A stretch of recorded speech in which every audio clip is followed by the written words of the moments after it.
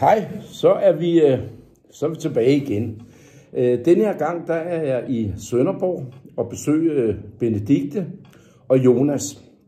Og I kan jo nok regne ud, at de jo selvfølgelig også har fået mistet deres barn. Og det er sådan en lidt voldsom historie, ikke? Som jeg har valgt at kalde kommunernes dukketeater. Velkommen Benedikte, og Jonas, du sidder jo lidt ude på sidelinjen. Velkommen til dig også. Jo, tak. Vi skal høre din historie, eller jeres historie, men det er jo sådan dig, vi har sat i fronten, fordi det er jo egentlig dig, der har været ude for, ja, man kan jo nærmest sige både tortur og terror. Ja. Så vi skal høre lidt om din historie, og det starter jo egentlig med en graviditet. Så kan du fortælle lidt. Jamen altså, det starter jo 2 dage efter, at vi finder ud af, at jeg er gravid, og jeg er i 10. uge på daværende tidspunkt. Og tal tydeligt. Og det startede jo der på det tidspunkt, hvor at vi fik en socialrådgiver, der kom ind ad døren. Og ja, men der var du lige blevet gravid, ikke? Ja, der var jeg lige blevet gravid, og ja. der opdagede vi jo så, at jeg allerede var i 10. uge, fordi jeg opdagede det lidt halvsent. Ja. Og jeg havde jo haft det i tankerne, at jeg var gravid og alt det her, men jeg havde ikke sådan tænkt nærmere over det, hvor at jeg sådan lige pludselig begyndte at have ekstremt meget kvalme, det der hørte til graviditeten, og kommer så op til lægen og får det undersøgt, og for at vide, jamen, jeg er gravid. Og så starter det jo med, at vi får hende her kvinde, og lige pludselig får vi så en mand på i stedet for. Der stod en kvindelig socialrådgiver, ja. Så blev det til en mand. Ja. Og så bliver vi jo tilbudt en babysimulator. En af de der berømte dukker. Ja, det er derfor, jeg kalder det kommunernes dukketeater. Og vi får jo at vide, at vi skal knytte et bånd til den her dukke, og vi skal snakke til den, som om det er en rigtig baby. Hver eneste gang, der er møder, så omtaler de bagefter dukken som baby. Og jeg sidder og har ekstremt dårlig samvittighed over for min datter, som jeg så ikke ved, er datter på et tidspunkt. Det finder jeg så ud af senere i forløbet. Ja, det var noget med, at du kunne mærke, at dit barn sparkede i maven, så det var svært at tale til en dukke. Ja. Jeg ville jo synes, det var svært, med mindre jeg var bugtaler, så kunne det måske være sjovt, ikke? Men næsten ville jeg ikke kunne forestille mig det. Altså, på det tidspunkt, da hun så begynder at sparke, fordi hun begynder jo allerede at sparke der i 12. uge. Ja. Rimelig hurtigt, men rimelig kraftigt, så jeg kan mærke hende. Og hver eneste gang, at de sidder og omtaler den her dukke som babyen, så får jeg dårlig samvittighed over min baby, der samtidig med vokser i maven på mig. Fordi at jeg føler, at den ligesom bliver skubbet til side, og jeg føler, at det der mit fokus skal være, det på den her baby. Ja, det er jo nok noget at gøre med graviditet. Ja. Jeg ville jo føle mig som en idiot. Og samtidig med, så havde jeg også den der med, at jeg kan ikke snakke til en dukke. Altså, jeg følte mig fuldstændig tosset, hvis man kan sige det på den måde. Hvilket jeg ved, jeg ikke er, men det gjorde bare, at det kunne jeg ikke. Men du sagde også noget om, at der er nogle kommuner, der er ved at gå væk fra det igen. Jeg har været inde og læse om babysimulatoren, og der står flere steder, at kommunerne er faktisk ved at gå væk fra det af, fordi de prøver på at skræmme forældrene med den her dukke, for at se, om de kan udføre eller få lavet en abort og sådan nogle ting. Og det er der flere af kommunerne, der begynder at gå væk fra, fordi at de i hvert fald finder ud af, at det er egentlig en dum ting. Okay. Og det synes jeg jo så er mega fedt, at de faktisk begynder at finde ud af, at det her, det duer ikke. Men det starter jo så med det her med, at vi får ham her fyren, der begynder at komme ind i vores lejlighed, som om at han er hjemme, og jamen, tager følge med under sig, og ja. Så på et tidspunkt, så kommer vi så og fortæller, jamen, at vi har fået en ny lejlighed og alt det der, og så begynder de jo at dukke op deroppe. Altså, de kom bare, kan jeg forstå. De kom bare. Men er det ikke lidt dyneløfteri? Jo, det er det. De kom bare, jeg ved også, du sagde til mig, at nogle gange så gik de bare ind ad døren. Det var ikke noget med, de ventede på, at I åbnede eller noget som helst. De gik bare ind, som om at de var hjemme. Og det gjorde de faktisk rigtig mange gange. De var hen og åbnede vores køkkenskab og kiggede, om vi havde mad hjemme, og tjekke vores køleskab og alt det der uden vores accept. Fordi jeg havde lidt sådan, hvorfor skulle de egentlig undersøge det? Altså, fordi selvfølgelig havde vi mad hjemme. Det har vi altid. Og så tjekkede de, om maden var for gammel, og jamen, begyndte også at tjekke køkkenskab og så videre. Som om, at jamen, de var hjemme i deres egen lejlighed. Det har jeg jo aldrig haft det godt med, fordi at det var... Jeg er egentlig heller ikke sikker på, at det er lovligt, fordi det går under dyneløfteri, så jeg er ikke sikker på, at det er lovligt. Men jeg kan da godt regne ud, at det er ganske grænseoverskridende. Ja, det var det også. Og så samtidig med, at vi får den her babysimulator, der på et tidspunkt, så sidder hende, der har med babysimulatoren at gøre, så ringer hendes telefon. Og så den nye socialrådgiver, der ringer og siger, jamen, jeg er ude på parkeringspladsen. Og så siger hun, fint, du kommer bare ind, jeg er her. Vi vidste ikke noget om, han kom. Okay. Vi var ikke blevet advaret på nogen punkter. Så jeg stod sådan lidt, okay, hvem er han? Du ved. Og jamen, så begyndte det jo med det samme med, at jamen, vi havde ikke noget klar til vores baby, og vi havde alt, vi havde sågar barnevogn, og det havde vi meget tidligt i forløbet. Og jamen, vi havde jo selvfølgelig ikke gjort vores baby seng klar, alt det der, fordi jeg har lidt sådan, jamen, barnevogn og alt det der, det var sådan lidt under, hvad kan der ske på det, ikke? Fordi at jeg fik jo altid at vide, jamen, det bringer uheld og alt det der. At have barnevogn hjemme før tid og alt det der. Så jeg var sådan lidt, nej. Også fordi jeg har aborteret 9 gange før, så jeg var bange for, at det skulle ske igen. Og da jeg så fandt ud af, at jeg var gravid, så gjorde jeg jo den her på maven og sagde, at lille skal blive der. Og hun blev der også. Og så var det jo, at jeg begyndte at kunne mærke, at hun sparkede, og det var den helt store glæde for mig, fordi at nu var jeg langt nok hen, så der ikke skete noget. Og jeg blev så tjekket for sukkersyge og alt det der, som man gør i løbet af graviditeten. Specielt fordi, at jeg havde et lidt højt BMI-tal. Og den fik jeg så tjekket 2 gange. Der var ingenting. Jeg var helt som jeg skulle være, og jeg var meget opmærksom på, at min baby havde det godt. Så vi offrede jo 10.000 på scanninger og sådan noget, både tryghedsscanninger og alt det der. Det betalte de selv? Ja, det betalte vi selv. Jeg fik ikke det hjælp det der. Og jamen, altså, jeg skulle bare være sikker på, at hun havde det godt, og hvis jeg ikke mærkede, at hun sparkede, så ringte jeg op til lægen og fik det undersøgt, fordi jeg ville være sikker på, at hun havde det godt, på grund af, at frygten den var rigtig stor allerede på det tidspunkt, fordi hvad nu, hvis jeg mistede det? Ja. Men så begynder alt det her jo, jeg var lige ved at sige psykisk terror med, at vi bliver forfulgt og flytter op i den nye lejlighed. Vi kommer så med bussen på et tidspunkt, og så kommer der en nabo og spørger, hvad har I problemer med kommunen? Så siger jeg, ja, det har vi. Og så siger hun, fint, de ligger altså og kører rundt op ved jeres lejlighed, og efter 9:00 står der folk og kigger op i jeres lejlighed. Det er jo vanvittigt. Mm. Det var så slemt på et tidspunkt. Vi var så skrækslagne, at vi satte os ude i køkkenet på gulvet, og simpelthen slukkede alt lyset. Nu ved jeg ikke, hvor meget man kan høre, men så siger jeg det bagefter. Ja, slukke lyset og alt sådan noget, fordi igen, jamen, vi følte os ikke trygge af at være der, fordi vi blev chikaneret, vi blev stalket, hvis vi ikke... Og vores telefoner, de ringede hver 50 minut for at høre, om vi var hjemme, og alt det der, om de kunne komme op og tjekke nærmest indvendt vores lejlighed fuldstændig rundt. Okay, så I blev simpelthen terroriseret konstant, det var hele tiden. Ja. Det var telefoner, det var alt muligt. Og jeg ved, du har jo også fortalt, at nogle gange så kom de bare uanmeldt, så ringede de på. Nogle gange kom de bare og gik ind ad døren. Ja. Altså det er jo helt vanvittigt, og telefoner, og altså det var jo... Er I kriminelle på nogen måde? Nej. Min straffeattest er 100% ren. Så der er ikke noget, og du er jo heller ikke. Nej. Så det er jo egentlig mærkeligt. Man føler sig jo faktisk som forbryder, kan jeg regne ud. Ja. Og så samtidig med, så står han jo oppe i lejligheden, vores socialrådgiver på et tidspunkt, og siger, bare vent til om 3-4 år, når I får den næste, så sker det her jo ikke igen.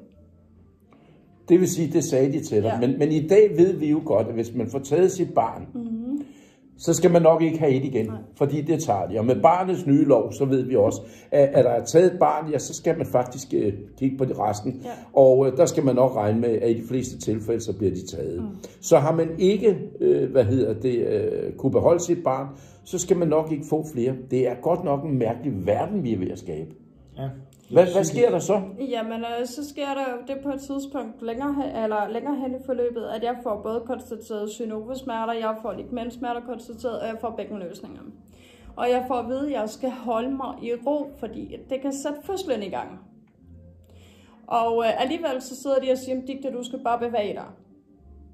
Så de var ligeglade? Ja, fuldstændigt. Og jeg står sådan lidt, jamen hallo, jeg har lige fået at vide af lægen, jeg skal holde mig i ro, for at fødslen ikke går i gang. Og jeg siger så også til jordemoderen på et tidspunkt, jamen hallo, prøv lige at lægge mærke til det her, fordi min mor, hun kunne ikke udvikle sig mere end 5 cm, da hun skulle have mig. Det viste sig så også, det kunne jeg ikke. Nej, okay. Så 3 uger før, at jeg skal føde, så ryger jeg på sygehuset. Og jamen jeg siger til dem, der sker noget. Der er noget, der ikke skal være... Der ikke er ja, du har haft meget smerter, ved jeg. Du havde rigtig stærke smerter. Og så på et tidspunkt, så kommer socialrådgiveren op i lejligheden. Og så siger han, nå, jeg synes, du har svært ved at gå. Så har jeg en veninde, der kigger på hende, så siger hun sådan til ham, hvad der var, man kan godt høre, at du er en mand, der aldrig nogensinde har været gravid. Er du klar over, hvor hårdt det er for kroppen? Og samtidig med, at du kører på den måde, som du gør, siger hun så til ham. Og så siger hun, der er jo alle de her gængse ting, som de skal igennem, før I bare beslutter jer. Men det vidste han jo så godt, men det var han ligeglad med. Men det vil sige, det hele vejen igennem for kommunen, kan jeg jo næsten fornemme, at det hele det var koldt og klinisk. Ja. Der var ikke meget varme, der var ikke meget forståelse, der var ingen empati. Nej. Det var benhårdt. Ja. Og de sidder og afpresser dig til at tage en depressionstest og alt det der. Du skulle tage en depressionstest. Hvor at jeg ved, fordi min grandkusine, hun er socialrådgiver, hvor hun siger, at det pas lige på, fordi du må først gøre 3 til 4 måneder efter du er født. Men de prøvede at presse dig igennem. Det gjorde de også. De havde taget vores jordmor med på det tidspunkt. Og så siger hun sådan, jamen bare lige så du ved det, hvis du ryger ved siden af nøglehullet, så er vi lettere ved at fjerne din datter. Ja, og det skulle forstås på den måde, så kunne de tage dig i et eller andet. Ja, præcis. Så var det game over. Ja. Og der har vi så det var endnu mere pres oveni. Ja. Jamen, de gjorde alt for vores presse ud over kanten, så de kunne komme til at tage hende. Ja. Og de har faktisk ikke noget grundlag for at tage hende, og det er jo det, jeg synes, der er det værste af det hele. Ja. Og så får jeg jo at vide, at jamen, jeg er en dårlig mor, fordi at jeg har været igennem de 2 oplevelser, som jeg har i henhold til. Ja, hvad var det for nogle oplevelser? Det var voldtægt. Men det har du jo ikke været skyld i, at der er nogen, der har voldtaget dig 2 gange. Det er jo ikke din skyld. Nej. Og mens jeg var gravid, så havde vi jo familierådgiver på, og den ene, hun sidder og siger til mig, at Dicte, prøv lige at sætte dig ind i de følelser, hvor du havde, mens du blev voldtaget. Hvor at min mand han så siger, ved du hvad, er du fuldstændig vanvittig? Det skal hun da ikke begynde på, når hun de ville have, at de skulle under graviditet, så skulle du gentage dit trauma. Du skulle faktisk tænke ind i det trauma igen. Ja. Hvem var hun? Hvad var hun? Det var en familierådgiver. En familierådgiver? Men burde hun være familierådgiver? Nej. Altså det lyder meget, meget mærkeligt, og jeg ved, det var en voldsom oplevelse. Det var det også, og så samtidig med, så kommer hun jo op i lejligheden sammen med en anden en på et tidspunkt, og så begynder at sige, jamen, hvad har I dopet jeres hund med? Fordi han ligger fuldstændig afslappet op på en ny madras, som han har fået. Han plejer at løbe rundt, fordi de stressede ham.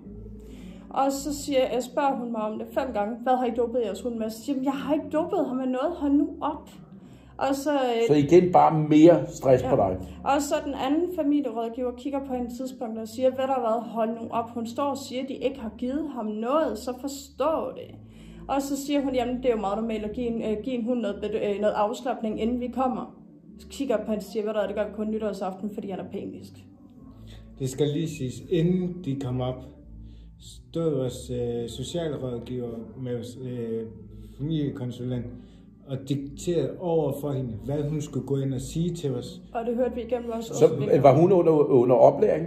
Nej. Eller? Nej. Og vi hørte det igennem vores åbne vinduer, at han stod og sagde til hende, bare sig det her, når du kommer op.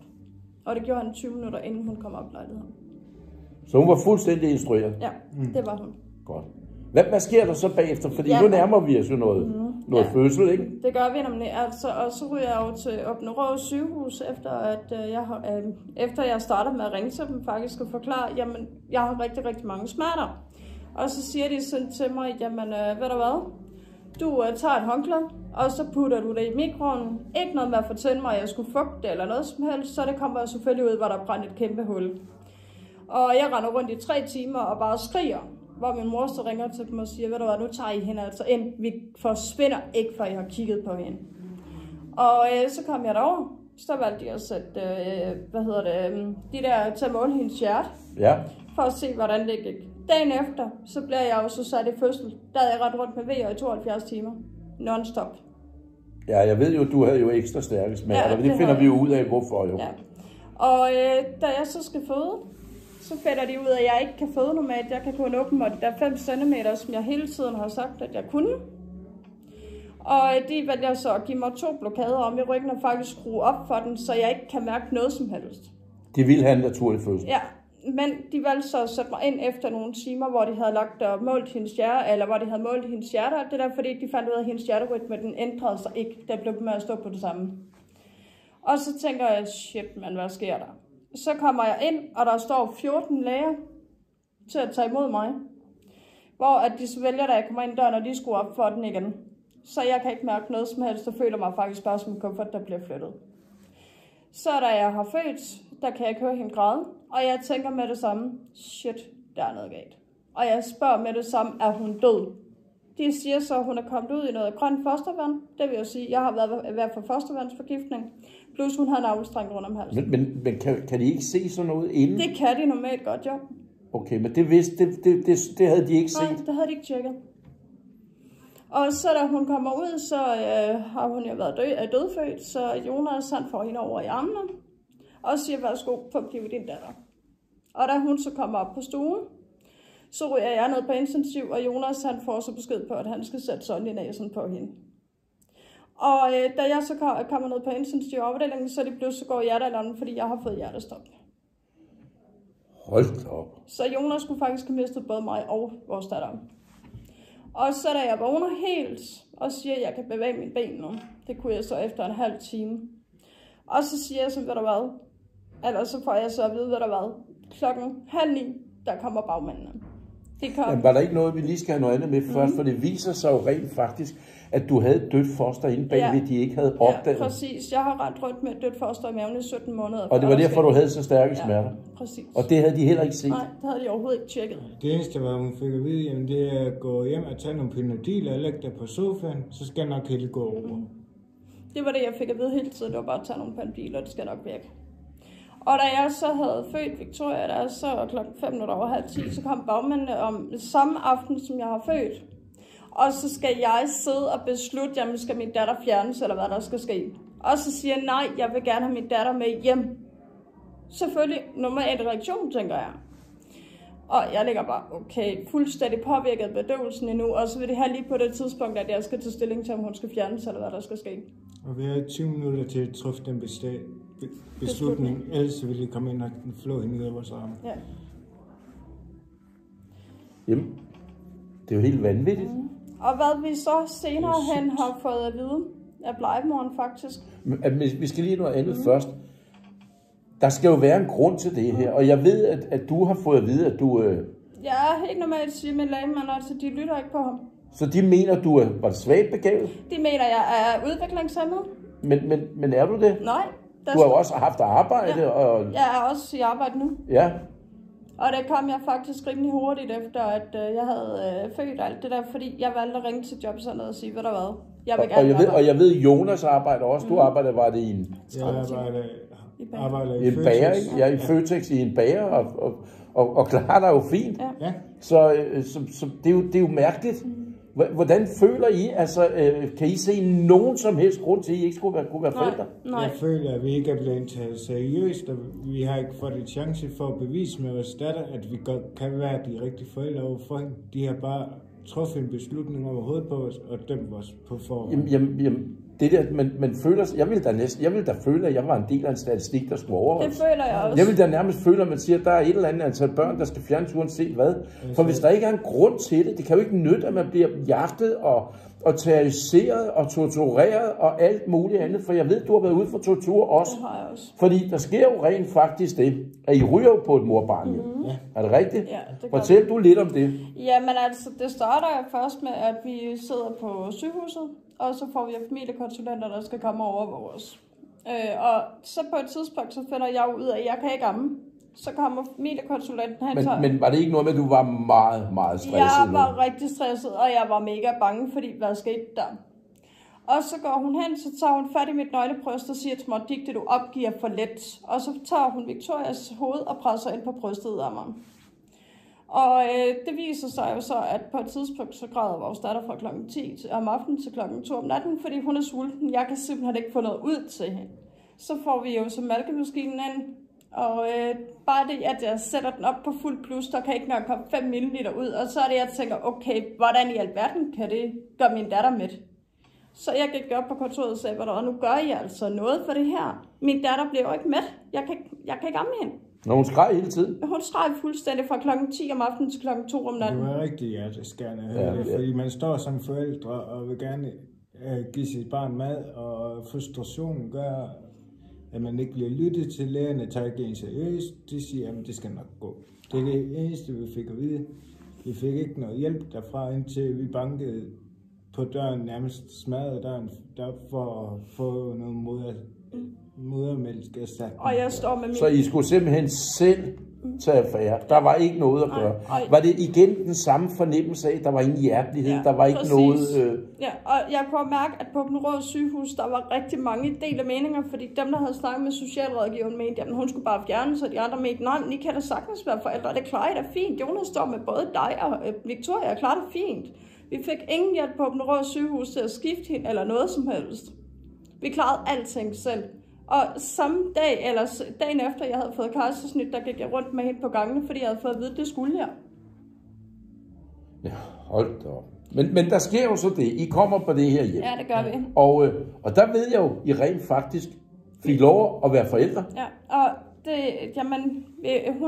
hun skulle jo normalt sove inde med forældrene den første uge. Ja, hende fra familiehjemmet. Ja. Og hun kommer så allerede dagen efter første overnatning og siger, ved du hvad, det kører så fint det her. Så ved du hvad, jeg tager den ene babyalarm med, når jeg sover på min mand, og så har I den anden, for I kan høre hende, hvis der bliver noget. Det viser sig jo så desværre bare, vores datter græd så lavt, så ikke engang babyalarmen kan opfange dem. Og så dagen efter igen, siger hun, ved du hvad, nu får I begge babyalarmer, fordi så når I er ude og få noget luft og tager en smøg, så kan I lige åbne vinduet et lille stykke, eller rettere, det besluttede vi os for at gøre, og så havde vi en babyalarm ved hende i barnevognen, og så havde vi en babyalarm med ude, fordi så kunne vi høre, okay, nu græder hun. Samtidig med, at vi havde gjort sådan, så vi havde stillet barnevognen, sådan, så vi kunne kigge på hende. Ja, jeg ved, at den her kvinde, var hos, der havde det her hjem, hun sagde, at det var helt rigtigt, det I gjorde. Det var det nemlig også. Og jeg fik bare at vide, hvad der var, det du udvikler dig så meget lige nu. Men dog var jeg jo så bange for, hvilket kommunen også har hæftet sig ved, at jeg ikke kunne løfte min datter til at starte med, på grund af det her vakuumplaster, hvor jeg stadig havde på maven. Og jeg havde jo sagt flere gange på sygehuset, der var noget galt. Fordi den lyste orange, den skulle altså lyse grøn, den her boks her. Ja. Og det eneste, de gør, det er, at de kommer hen og presser vakuumplasteret tættere på maven af mig. Så det er jo ikke noget med at kigge, intet som helst. Nej. Og tænk, man skal ikke hen og kigge, om der kan være noget galt. Nej. Og så da de skal til at tage plasteret af på et tidspunkt, bliver hun nødt til at stå med plasteropløsende, og så siger hun sådan, jeg kan godt forstå, at du har ondt. Og så siger jeg, hvad nu? Så siger hun, jamen de har da ikke barberet derinde, så det sidder fast i alt håret dernede også. Ja, det var ikke engang hele, var det ikke sådan? Nej, og så tager de jo stængene ud, mens jeg stadig har 2 cm hul i maven. Der tog de jo allerede stængene ud, så min mave har fået lov til at vokse det sidste stykke selv. Og jamen, så bagefter så blev jeg ved med at sige, jamen der er noget galt, og jeg har smerter, og det ene og det andet. Og det eneste de gjorde, det var, at de løftede min mave og tjekkede arret og sagde, det ser jo fint ud. Nå. Og så opdagede de jo så på et tidspunkt, som vi har talt om tidligere, at jeg havde det her døde foster i maven. Finder de ud af langt henne, faktisk. Det finder de ud af efter 17 måneder. Nærmest. Altså, eller rettere, jeg var gravid 17 måneder, så det har været 8 måneder cirka bagefter. Og jeg blev ved med at sige, at der er noget galt. Så begynder jeg at arbejde ude i BabySam, hvor at jeg kommer rundt om hjørnet. Det der BabySam, der har alt det der... Ja, med babyudstyr og alt det der. Den form for praktik kom jeg igennem lige efter, at vores datter hun er blevet fjernet. Ja. Og jeg slår jo så maven ind i en stålreol, og der går 10 minutter, så knækker jeg fuldstændig sammen på gulvet. Og jeg går og siger til min arbejdskollega, jeg bliver lige nødt til at gå ud på toilettet. Da jeg så kommer ud og tørrer mig alt det der, så ligger der en klump på den her størrelse, fordi fosteret har været død i uge 10 cirka. Jeg har billeder, hvor jeg kan se øjne, arme og ben på den. Altså. Det skal siges, men ingen havde opdaget. Ingen havde opdaget. Det skal siges, at vi sendte billedet ind til en læge, for at få vurderet, var det nu et foster? Og fik den tilbagemeldelse, ja, det var et foster. Det var et foster. Og problemet ligger lidt i, at jeg havde haft så ondt på det tidspunkt, så jeg havde ikke kunne hygge mig med ham. Så ved jeg jo godt, hvor det stammer fra. Helt automatisk. Fordi at jeg havde så mange smerter, så jeg kunne simpelthen ikke bagefter. Der gik cirka, jeg tror der er gået 10 måneder eller sådan noget, før jeg kunne rigtig igen. På grund af smerter. Altså, og der er bare ikke nogen, der har gjort noget som helst. Og jeg synes jo, det mest slemme var, der var ude på det der familiehjem der. Og så de kom og skulle hente hende. Bare tale højt.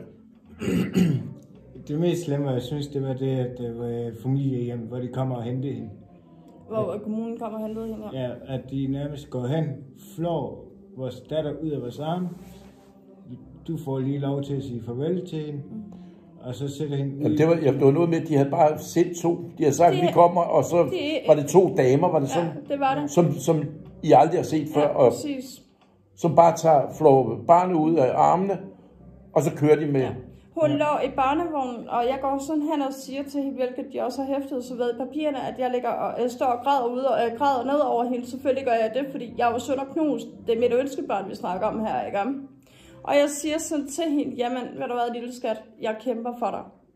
Rolig, lille skat, jeg kæmper, var det ikke sådan? Præcis, jo. Ja. Og det har de jo skrevet i papiret, det er som om det er noget fuldstændig unaturligt at gøre det. Er der noget, der er meget mere naturligt? Jeg kan ikke forestille mig det, men det er blevet noget negativt i jeres papirer. Ja. Det er jo helt vanvittigt. Var der så ikke også noget med igen, noget med en p-stav? Jo, jeg fik jo tvunget p-stav i armen lige efter, at de faktisk har stillet mig spørgsmål, hvorfor Victoria hun ikke blev en abort. Ja, den skal du lige fortælle hele vejen igen. Lægen hun kommer og vil til at sætte p-stav i armen på mig, men inden da så siger hun, må jeg stille dig et spørgsmål? Så siger jeg, ja, det må du selvfølgelig gerne. Så siger hun, hvorfor blev Victoria ikke en abort? Du har fået 9 aborter før, hvor jeg siger, nej, jeg har ikke fået nogen aborter. Og så siger hun, men du har brugt det som præventionsmiddel. Så siger jeg, nej, det har jeg ikke. Jeg har tabt 9 gange. Der er stor forskel, siger jeg. Så du har virkelig vildt et barn? Ja, jeg har virkelig vildt et barn, og jeg har kæmpet i over 12 år, før det her det sker. Og hun kigger bare på mig, og så kommer jeg hen på sengen og sætter mig. Og så kigger hun på Jonas, min mand, og siger, hvad der hvad? Kan du ikke holde hende sammen, mens vi sætter p-staven i armen på hende? Og du havde jo sagt nej, ved jeg, fordi du ikke kan tåle det. Jeg sagde nej, fordi jeg har fået blodprop på grund af p-piller. Ja. Så jeg turde ikke. Så du vidste godt, at det kunne du ikke tåle. Og jeg kæmper så med den her p-stav i 5 måneder. Men skal vi ikke lige helt i? Du blev tvunget til p-staven. Så det mener jeg jo er et kæmpe overgreb, fordi det er altså ikke noget, man må. Man må ikke tvinge helt almindelige mennesker til en p-stav. Så jeg ved ikke helt, hvor vi er henne i Danmark. Og det synes jeg lige, vi skal have med, for det er et decideret overgreb. Og den kæmpede du så med? Ja, den kæmpede jeg faktisk med i 5 måneder, men der sker så det efterfølgende, at jeg har fået p-staven ind i armen. Så kommer socialrådgiveren og kigger på mig, og så siger han, Ditte, hvad har de lavet? Så siger han, de har sat p-staven i armen på mig. Så siger han sådan, det var ikke det, de fik at vide. De fik at vide, at de skulle give dig en spiral, siger han så. Men jeg ved jo også, at du havde problemer med den. Jeg havde problemer i 5 måneder, og jeg blev med at søge læge for at sige, at jeg kan ikke tåle den, fordi jeg blev med at have det skidt, og jeg blev med at have hovedpine og alt det der, så bivirkninger fra den her p-stav. Og så siger han på et tidspunkt, nu er det nok. Nu sender jeg dig videre til gynækologen i Sønderborg. Så må hun tage beslutningen. Så kom jeg derud, og hun kigger på mig og siger, det er jo helt galt det her. Der havde jeg blødt non-stop i 5 måneder, men kun haft pause i 11 dage. Jeg havde blødt alle samtlige 5 måneder bagefter. Og så får jeg så p-piller for at stoppe den her blødning. Jeg ligger faktisk i sengen i en uge, fordi hver eneste gang jeg prøver på at rejse mig, så føler jeg, at jeg er ved at besvime. Og jeg har også været besvimet rigtig mange gange. Hvor jeg så ringer til gynækologen og siger, at nu bliver I nødt til at få den ud. Jeg kan ikke tåle den. Så kommer jeg derud med det samme faktisk, fordi hun siger, at du kommer ud nu. Så kom jeg ud og siger, Ditte, den skal ud den der. Så tager hun jo det sagt, så begynder at klippe den ud af armen på mig og sådan noget. Og jeg har så også efterfølgende fundet ud af, efter jeg har fået spiral, at jeg kunne faktisk ikke tåle den, fordi jeg har fået det så meget bedre efterfølgende. Ja. Jeg har ikke alle de her bivirkninger. Men stadigvæk, det er jo et overgreb, når man tvinger mennesker til det her. Ja. Det er jo, man er nærmest umyndiggjort. Præcis, og det var også det, jeg følte mig i situationen. Og så samtidig med, så ville de nærmest have, at min mand han skulle stå og yde vold på mig for at holde min arm. Ja, jeg synes, det lyder mærkeligt. Men nu går vi tilbage igen. Nu træder vi tilbage. Vi skulle bare have den her historie med. Fordi nu skal vi tilbage i den her taxa med de her 2 kvinder. Fordi der er noget med, at du bliver beskyldt for... Jamen altså, jeg bliver jo blandt andet beskyldt for, at jeg er dyremishandler og så videre. Men i henhold til de her 2 kvinder, de holder uden for vores dør i 20 minutter, hvor vi bare kan høre Victoria, hun skriger mere, end hun nogensinde har skrevet før. Fordi at hun ville jo gerne ind til os igen. Det fik hun jo så ikke lov til, så vi kunne få lov til at stå og høre på i 20 minutter, inden at de kørte, at hun bare græd hjerteskærende. Jeg glemmer aldrig den dag, og jeg kan stadigvæk høre hende græde på den måde en gang imellem. Vi fik lov til at stå i døren, hvor de satte Victoria ud i bilen, og så holdt de et stykke tid, og så kørte de. Og vi kunne bare se den der bil, den kørte ud af grusskoven, og så kørte væk. Vi fik ikke lov til at stå og vinke, altid nærmest til hende, alt det der, sige ordentligt farvel, altid. Det var bare sådan, de tog hende, og så satte hende i bilen, og så kørte de videre. Men du blev jo så også bagefter beskyldt for ikke at have skiftet hende. Ja, altså hun er kommet i et plejefamilie i Rødding. Det vil sige, der er en timeskørsel. Og da hun så kommer derop, der kan de jo se, at i folderne og sådan noget, så har hun indtørt afføringer og så videre, fordi den her blæben er jo ikke blevet skiftet i over en time. Nej, men sådan 2 kvinder, skulle de da ikke vide det? Jo, og være forberedt på det, og ikke andet måske have bedt om at få en ble med, hvis de ikke havde selv. Fordi man ved jo ikke, hvornår et barn skider, for at sige det på godt gammeldags dansk. Så fordi, at hendes bagdel er knaldrød, hvor vi så finder ud af senere hen, på grund af det der atopiske eksem, som hun allerede har på det tidspunkt, fordi der ikke var nok fostervand til hende. Ja.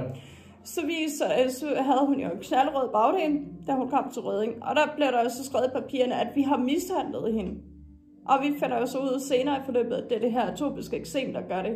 Vi har aldrig til dags dato lagt hånd på vores datter, og vi vil aldrig gøre det. Så det er sådan, for mig, der er det beskyldning, der gør rigtig, rigtig, rigtig ondt. Jamen, det kan jeg godt forstå. Men nu skal vi jo så hen til den her plejemor.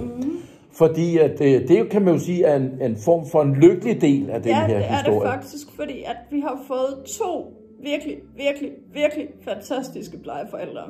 Og ja, de betyder sgu meget for mig begge to. Du vil jo selvfølgelig helst have dit barn hjem. Jeg vil gerne have mit barn hjem. Men din store frygt nu er jo noget helt andet. Ja, det er jo fordi, de kører på bortadoption, hvor de tit har truet med i løbet af graviditet, eller i løbet af det hele faktisk. Og så plejer hun også at sige, nej, hun skal ikke bortadopteres. Og jeg har det sådan, min store drøm er, at hun kommer hjem til os, men at hun kan være i en form for aflastningsfamilie ved plejeforældrene, fordi hun er nærmest opvokset ved dem nu. Hun er over et år. Ja, så I vil jo gerne have, at plejefamilien, de bliver i jeres liv og i hendes liv, så det ved jeg. Ja. Og jeg ved jo også, at du blev beskyldt for noget, som plejemor skulle have sagt og skrevet, og det var jo, har hun jo siden dementeret og sagt, det har jeg aldrig nogensinde skrevet. Det var jo hende, der skulle have skrevet, at vi havde mishandlet vores datter. Ja. Og som hun siger, det har jeg aldrig gjort.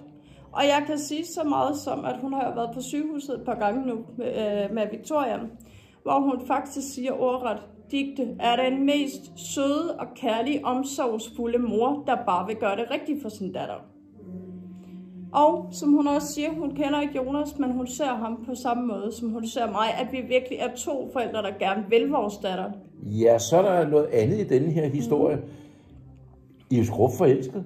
I elsker jo hinanden. Ja. Det her er jo rent faktisk et kærlighedsbarn. Ja, det er det nemlig. Men det er jo en frygtelig historie. Altså, du får langt om længe et barn. Det barn, du har ønsket dig og glædet dig til. Med den mand, du elsker. Og så bliver barnet taget fra dig.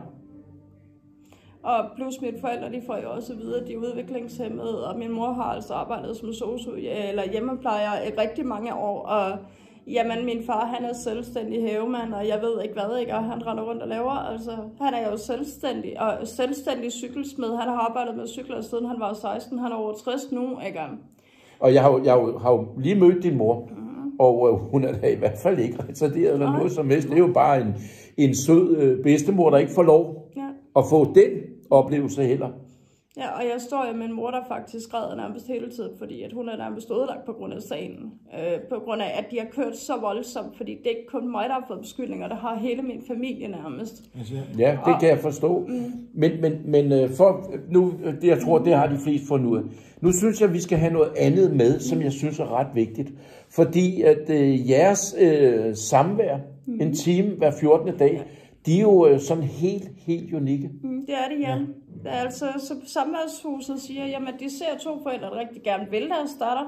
Plus, at de faktisk kan se, at jamen, hey, vi kan aflæse deres behov, eller hendes behov, allerede inden hun selv ved det. Jamen, hun søger jo også hele tiden. Og hun søger også bare i tirsdags, da vi havde samvær, der var det sådan noget med, at hun skulle 2 gange over til os, hver inden hun var klar til at komme ind i samværshus, eller samværslokalet.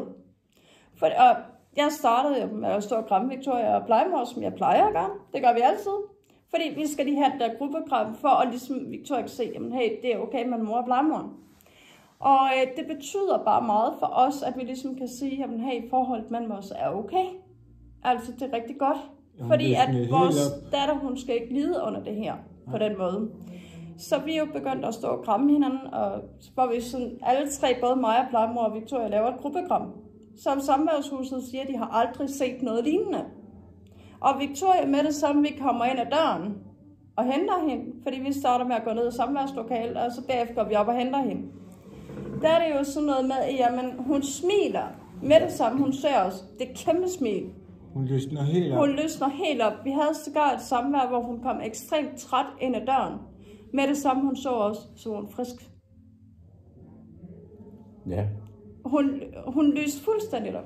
Så det er jo det helt rigtige der. Og jeg ved jo, og det skal vi lige have med, fordi det er en vigtig ting, men det er normalt sådan, at plejefamilien og kommunerne bruger det mod forældrene. Det er det, der hedder efterreaktioner, fordi der er altid efterreaktioner. Det kan enhver børnepsykolog fortælle, ikke? Men plejeforældre, som gerne vil beholde de her plejebørn, de bruger det som regel, ikke? Og socialrådgiverne, de går sådan meget nemt med på den. De er også rigtig gode til at bruge det her, ikke? Og det gør jo, at forældrene har det rigtig, rigtig svært. Men her har I faktisk en plejemor, som fortæller, at hun er så glad for jer, så hun savner jer så meget, så der er et helt naturligt efter. Ja, altså vi havde jo samvær som sagt i tirsdags, og hun græd faktisk nærmest hele vejen hjem til Rødding. Det er over en time hernede fra. Det er altså langt for en lille pige at græde. Ja, og især når hun er så glad sammen med jer hele tiden, så er det jo helt forkert. Og det kan ikke få hende til at sove rigtigt de første 2 dage, fordi hun simpelthen er så bundhamrende ulykkelig. Ja, altså der er min mening jo med det her, for jeg er involveret i så mange sager nu, ikke? Og når vi har de her efterreaktioner, hvorfor prøver man ikke at skrue op for samværende, både i længde og i hyppighed? Fordi det er jeg helt sikker på, at det vil være mere rigtigt. Man skal huske på, at der er en guddommelig connection mellem mor og barn. Den er der bare, og det kan vi ikke løbe fra.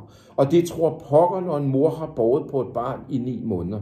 Så selvfølgelig skal man tænke på det. Men man går altid den anden vej af en eller anden grund. Nu har I heldigvis det her gode samvær. Men for ligesom at komme videre nu, der er noget, vi skal have på plads. Altså, du har jo ikke rigtig noget i bagagen. Nej, det har jeg faktisk ikke. Altså, men kommunen mener, der er en masse, men jeg er opvokset i et godt og kærligt familie. Og det er det, jeg mener. En ting er, hvad de påstår, som ikke har noget på sig. Det kan de jo ikke bevise. Nej. For du har jo ikke nogen ting med i bagagen. Og det er derfor, jeg lige vil have Jonas ind her og sidde bag dig. Fordi Jonas, du har jo rent faktisk... du har lidt i bagagen. Ja. Du har et børnehjem. Jeg har et børnehjem, ja. Og så er du adopteret. Hvorfra? 2 sekunder. Ja, jeg ved godt, det er svært det her, men det er sådan, vi må gøre det. Ja. Jeg kommer fra Slovakiet, fra børnehjem derfra.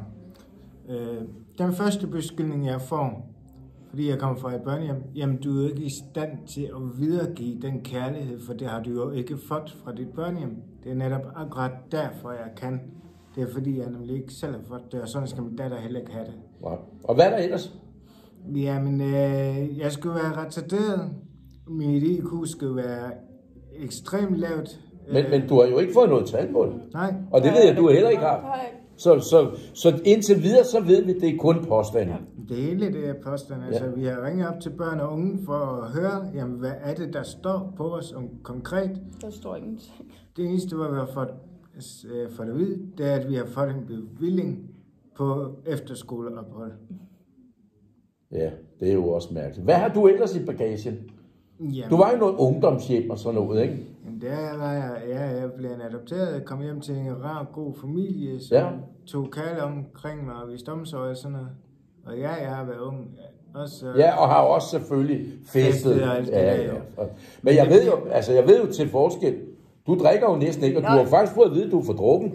Ja, altså, du har generelt så er det spiritus måske 3 gange på et år, for du kan faktisk ikke lide det. Jeg drak alkohol 3 gange om året, da jeg var ung. Ja.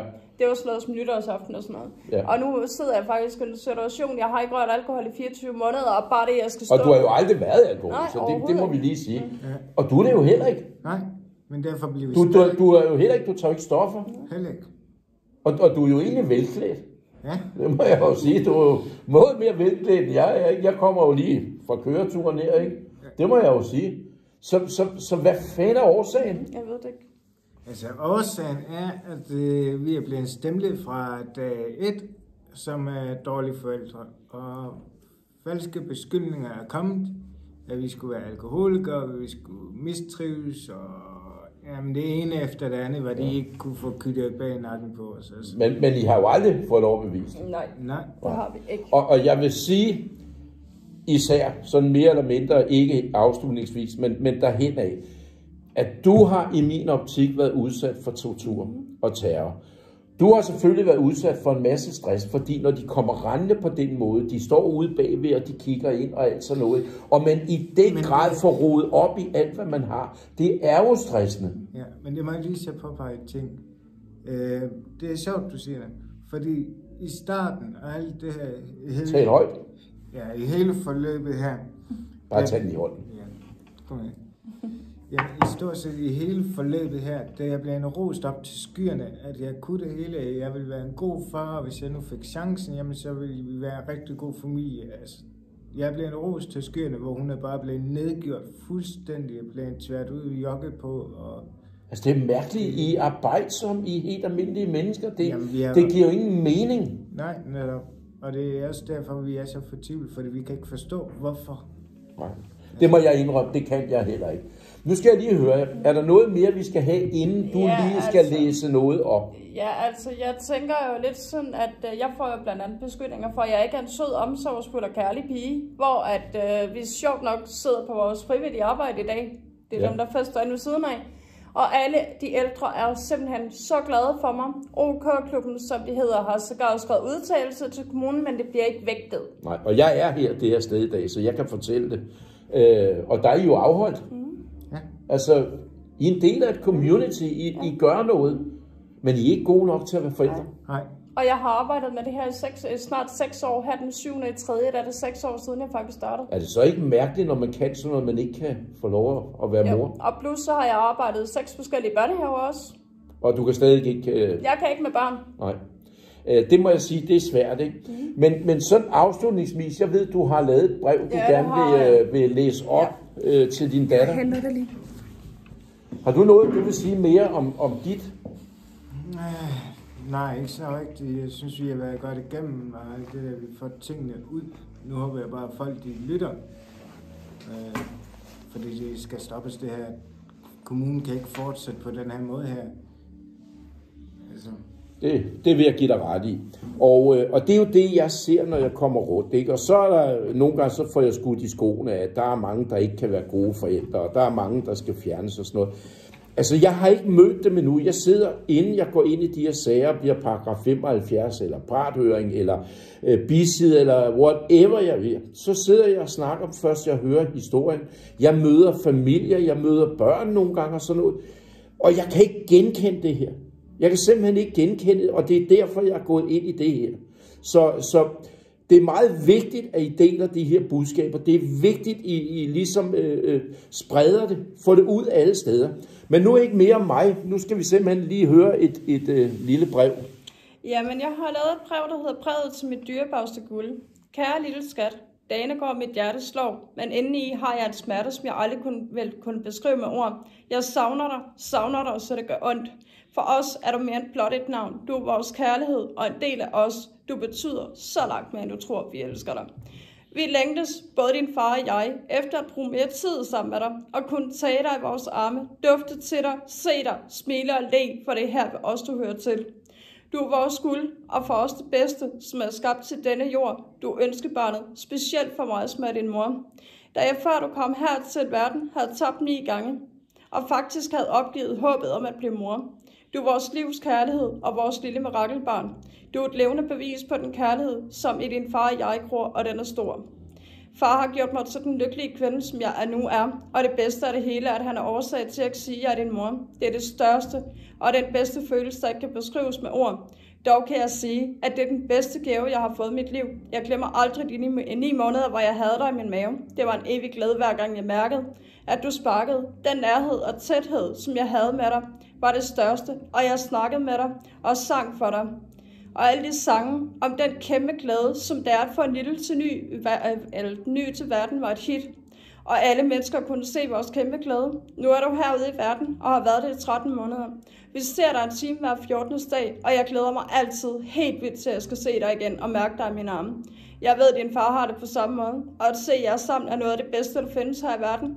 At se jer to sammen, som er den største glæde i mit liv, og jeg ved, at I begge er mit livs kærlighed. Jeg vil kunne brænde bror for jer to, og gøre selv det, som jeg synes ser helt håbløst ud, men det vil jeg gøre altid. For mig er I det vigtigste, som jeg har. Jeg glæder mig så meget til, at vi i dag kan blive en rigtig familie og være sammen i de små og store ting her i livet. Dog vil jeg også sige, at jeg er dybt taknemmelig for de plejeforældre, som du har, og for det samarbejde, som er imellem os. Med din far som mit største ønske i denne verden, er at få dig et hjem i kærlige og rolige omgivelser. Og et hjem i massiv kærlighed, for det er det, vi har til hinanden og til dig. Nu vil jeg stoppe for nu. Dog skal du vide, at du betyder alt for os. Kys og evig kærlighed til vores guld fra din mor og far. Og så har jeg så vedhæftet 2 billeder, som jeg ikke ved, om jeg skal vise. Jo, men dem kan du lægge ind, når vi får den lagt ud. Ikke? Som sagt igen, endnu nogle mennesker, der har fået fjernet deres børn, som fortæller om, hvor hård og ubehageligt det her en oplevelse det er. Og vi skal have stoppet det. Det er den eneste grund til, at jeg er i det her. Det er simpelthen fordi, det her det skal slutte. Det er ren ondskab. Det her det er ren ondskab. Det er terror. Det er tortur. Og vi har jo så også oplevet overgreb, som er meget, meget voldsomme. Så endelig del og like. Tak.